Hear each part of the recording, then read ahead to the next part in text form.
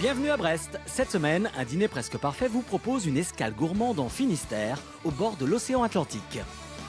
Que vous soyez plutôt amateur de vieilles pierres, comme celle de la tour Tanguy, ou que vous préfériez la modernité de la place de la Liberté, et il y en a pour tous les goûts.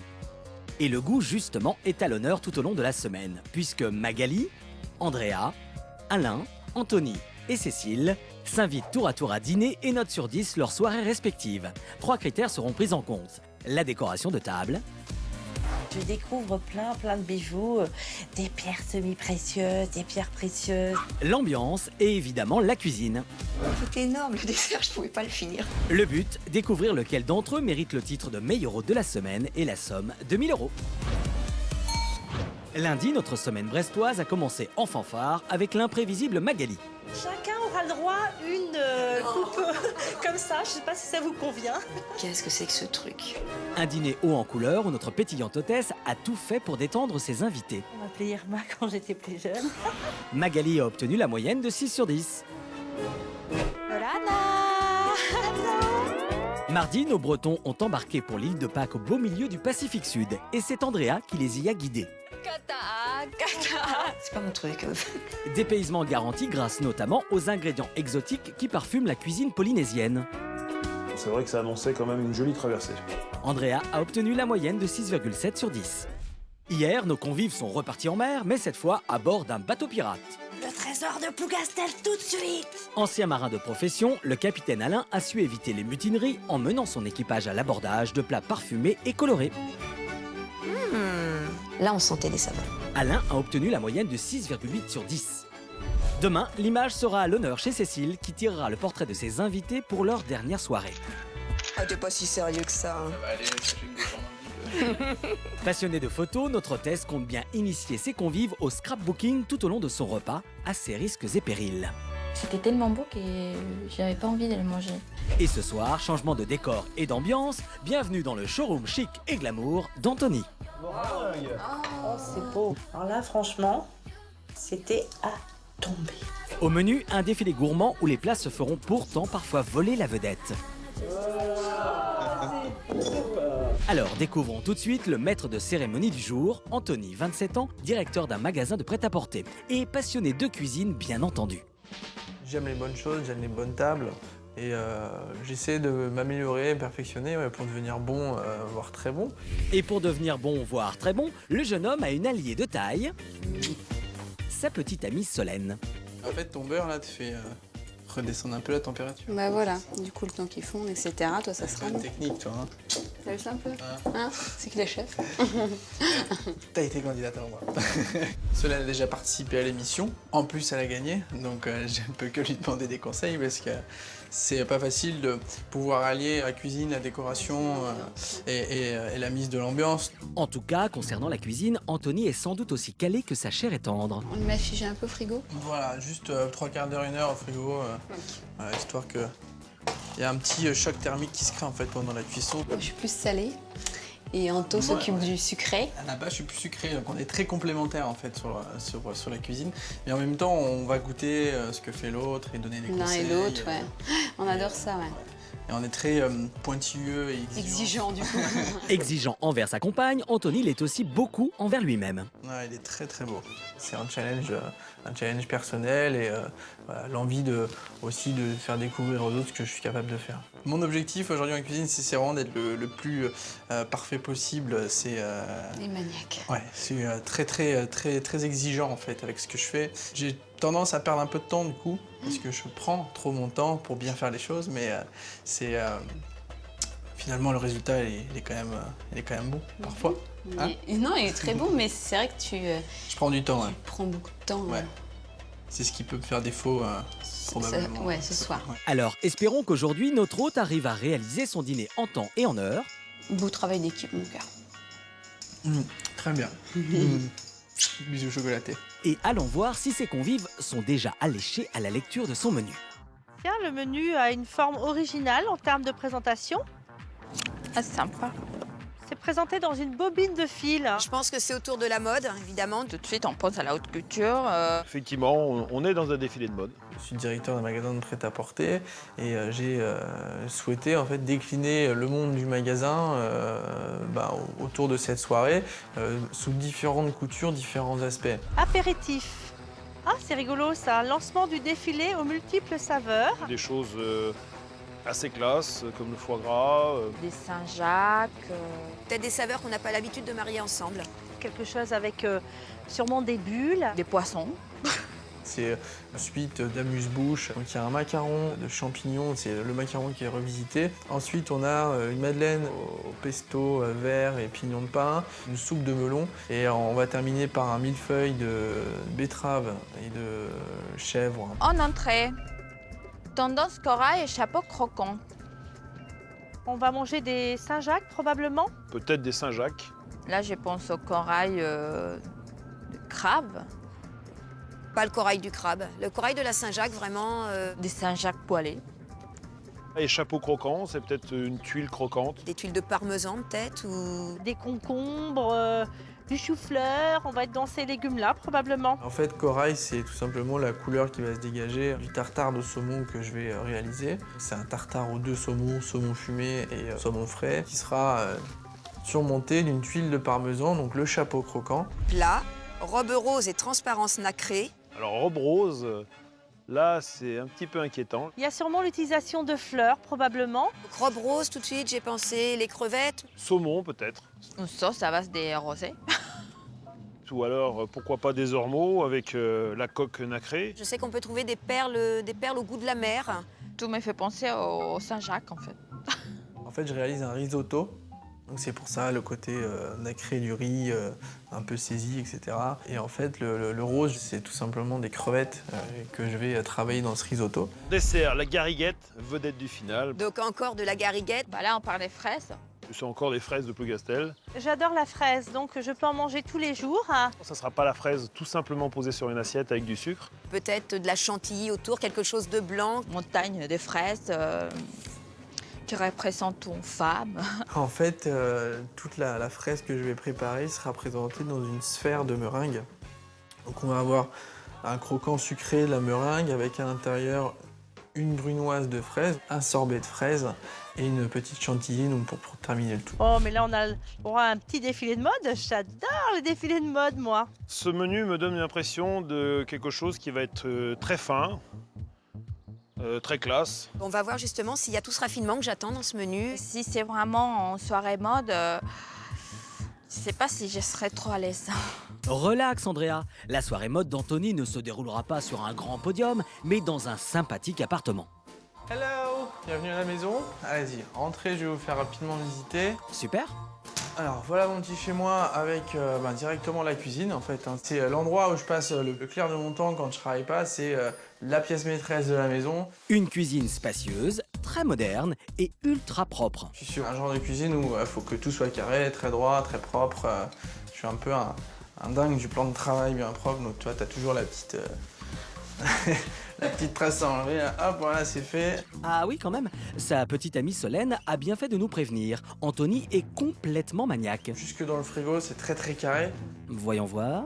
Pour me repérer facilement, c'est des boîtes hermétiques et un étage pour chaque item du menu. Comme ça, c'est très clair. Apéritif, entrée, plat, dessert. Décidément, notre hôte a mis toutes les chances de son côté pour réussir son dîner. Petit avantage, la cuisine est totalement ouverte sur le salon de séjour. Je peux entendre tous les petits commentaires des invités, je vais pouvoir surveiller. Ça va être très très sympa. Très sympa, en effet.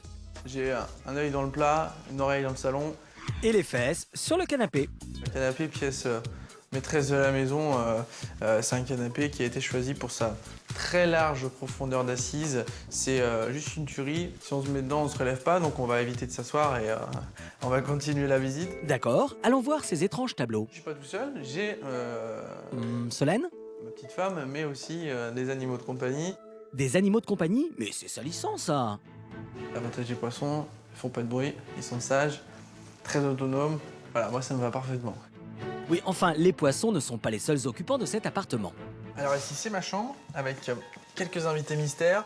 Messieurs, dames, On va pas trop s'attarder dessus, vous verrez quelques surprises ce soir, quelques détails qui vont, j'espère, surprendre les invités. ça se pourrait bien. Bon, c'est pas tout, mais il faut aller vite faire les courses. On a le primeur, le poissonnier à aller voir. Hein, c'est pas une mince affaire tout ça. Allez, c'est parti. Et c'est parti sur les chapeaux de roue. Mais pour aller où exactement? Alors là, je vais au Val de Saint-Louis. C'est un endroit où j'aime bien aller. Il y a une bonne convivialité, des bons produits. L'idéal, c'est ça, c'est la disponibilité du frais très vite. Moi, j'aime beaucoup ça. Dès que je peux, c'est léal. Hein. Ok, allons vérifier tout de suite la disponibilité du poisson qu'Anthony souhaite utiliser pour son entrée. Bonjour. Bonjour, Ça va, Sylvain? très bien. Ouais, je viens te voir, j'ai besoin d'un petit peu de saumon aujourd'hui. Il me faudrait Oui. quelques filets pour préparer un tartare. Je pense que l'idéal, c'est que je te donne tout le morceau. Ouais, la queue, c'est la partie où on va retrouver le moins d'arêtes, c'est ça? Alors là, tu n'auras pas d'arête du tout. D'accord. Sympa. Et notre gentil poissonnier va même faire une petite démonstration de découpe à Anthony. Tu attaques le poisson par là, tu tiens la première partie. Voilà. Et une fois que tu l'as bien décollé, il y a un secret. Ouais. En fait, c'est pas de chercher à faire avancer ton couteau, c'est simplement tirer sur la peau. D'accord, tu tires sur le Et poisson tu en bouges, fait. Et tu bouges ton couteau en même temps. Et là, du coup, Parfait. voilà, tu peux faire un portefeuille avec la peau. Quelle bonne idée! Et concernant la préparation donc je te dis, je faisais un tartare de saumon. Qu'est-ce que tu me conseilles dans la marinade, sur les assaisonnements, sur le temps de repos? Tu veux le faire avec ou sans citron? Avec citron, justement. Avec citron. Ouais, super. L'idéal, c'est de le laisser quoi, une demi-heure à peu près. D'accord, ça saisit rapidement en fait. Ça saisit très rapidement. Ouais. Si tu veux mettre de l'huile d'olive avec, moi j'adore l'huile d'olive Ouais, avec. pour le goût. Je la mets à la dernière minute parce qu'autrement elle empêche le citron de cuire le poisson. D'accord, ok. Du coup, le poisson de monsieur est avancé, Excellent. Voilà, une jolie prêt à être chose. cuisiné. Très bien. Voilà. Prêt à détailler et à goûter. L'avenir du plat ne dépend plus que de toi. Je pense que je ne te décevrai pas. Espérons-le. Alors, bon courage à toi Merci beaucoup. et bonne chance. Et puis à bientôt. À bientôt. Au revoir.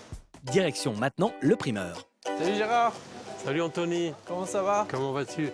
Super, merci. C'est le grand jour? Ouais, c'est le Hein? bon jour. Tu avais demandé Oui, une oui, petite oui. commande, t'as Allez, réussi à voir c'est ce qu'il prêt. fallait? Super. Alors voyons ce qu'Anthony a commandé pour son repas tendance. Excellent. Alors là, c'est très vieille. Donc les champignons, Ouais, pas trop gros comme on avait Ouais, dit pas hein, trop pour gros. pouvoir faire un petit macaron. les melons. Les melons. Alors ils sont comment Alors ces les melons melons là? pour aujourd'hui. Tu as choisi comment mon melon Alors là? actuellement surtout au poids. Parce que souvent on peut dire si ça se... On parle du si le pédoncule, pédoncule ouais, c'est ça. se débloque un petit peu. Ouais. Mais là en ce moment c'est pas trop le cas. C'est plus au poids quoi, il est bien C'est plus fourni, le bien poids. vendu. Voilà. Hein. Et voici la superstar du dîner d'Anthony.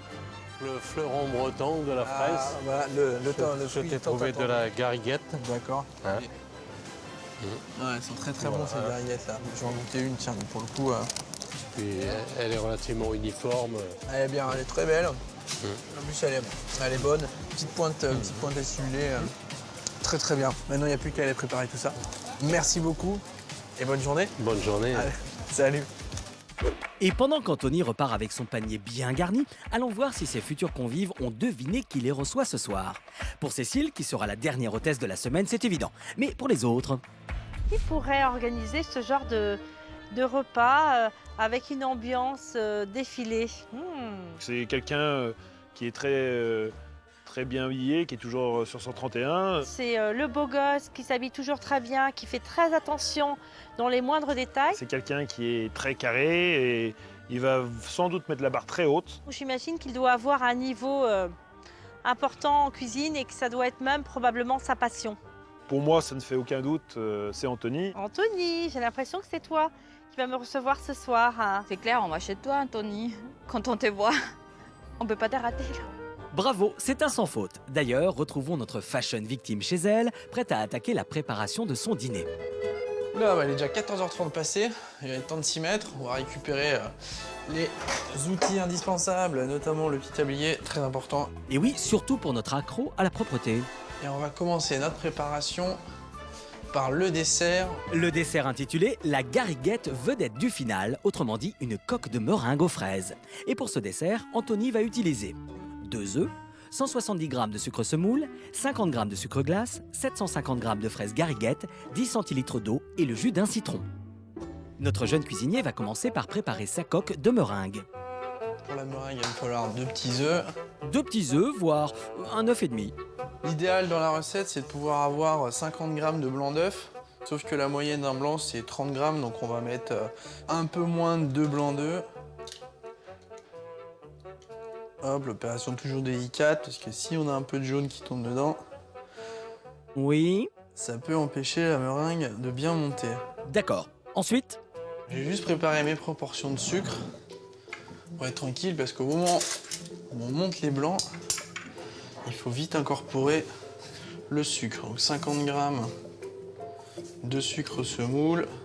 voilà, le sucre est prêt. Anthony peut commencer à monter ses blancs en neige. Là, les œufs commencent à bien prendre. On va voir que ça fait un petit bec. On va rajouter Le sucre? le sucre et on va reprendre le batteur. Mais 1 minute plus tard, notre monsieur propre décide de prendre un risque inconsidéré. Le petit test de la meringue, pour voir si elle est bien montée, c'est au-dessus des cheveux, aucun souci. Ouf, il suffit maintenant d'incorporer délicatement le sucre glace au blanc d'œuf. Il ne faut pas enlever les bulles d'air de la meringue, donc on va soulever doucement la préparation pour intégrer le sucre glace. Jusqu'à obtenir un appareil bien crémeux avec lequel Anthony va garnir ses moules en silicone. Je vais chemiser les empreintes, c'est-à-dire qu'avec ma cuillère, je vais ramener la meringue bien sur les bords, bien la remonter pour qu'elle prenne la forme dans l'empreinte, donc la forme de la demi-sphère que je souhaite. C'est une préparation qui est délicate, un petit peu longue. Il faut être sûr de répartir uniformément la préparation pour avoir des demi-sphères uniformes, faciles à démouler et pas trop fines, parce que si c'est trop fin, on a un risque important que quoi? que ça casse tout simplement. Et là, on n'a plus des sphères, mais des éclats de meringue. Ce serait dommage. Et pour obtenir de jolies sphères meringuées, il faut aussi les faire sécher tout doucement, au four à 100 degrés pendant environ 3 heures. Ces demi-sphères, va bien falloir les garnir. Et on va les garnir avec de la fraise, produit local. Et oui, les fameuses gariguettes qu'Anthony a achetées chez son primeur tout à l'heure. Pour réaliser un sorbet, Anthony va donc d'abord équeuter 500 g de fraises. Puis il mixe ces fraises pour obtenir un coulis. Voilà, ma préparation est terminée. Ça sent très bon la fraise. Ensuite, Anthony prépare un sirop en versant 10 centilitres d'eau sur 120 g de sucre. Et on va mettre ça à chauffer doucement. Dès que le sirop bout, on le mélange. Et pour le faire vite redescendre en température, je le verse dans mon verre. Et on va aller placer ça rapidement au frigo. Quelques minutes plus tard, le sirop est redescendu en température. Je vais l'ajouter à mon coulis de fraises juste ici. Je mélange bien le tout, ça me semble bien. Parfait. Et une fois que ce coulis a lui aussi bien refroidi, Anthony le verse délicatement dans sa sorbetière. Hop, un petit peu dégouliné. Et ça, Anthony ne le tolérera pas un instant de plus. Voilà, je vais laisser reposer ça et prendre pendant une bonne vingtaine de minutes. 20 minutes plus tard, le sorbet est enfin prêt. Au freezer. Parfait. Avec ce qu'il me reste de fraises, donc je vais faire une brunoise, c'est-à-dire que je vais détailler ma fraise en petits morceaux. Allez, c'est parti. Mais ça fait beaucoup de fraises tout ça, non? Je suis très attaché au mélange des textures.